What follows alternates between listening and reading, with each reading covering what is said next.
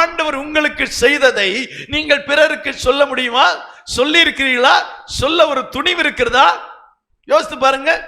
நீங்க எவ்வளவு வளர்ந்திருக்கீங்க, எத்தனை வருஷம் ஆலயத்துக்கு வர்றீங்க, கொஞ்சம் யோசித்து பாருங்க. பரிசுத்தாவி பெற்றிருக்கிறோம்னு சொல்றீங்கல்லவா? அப்படியானால் நீங்கள் பெற்றிருக்கிற பரிசுத்தாவியும் இந்த வேதத்திலே சொல்லப்பட்டிருக்கிற பரிசுத்தாவியும் வேறையா அப்படின்னு யோசிக்க தோணுது.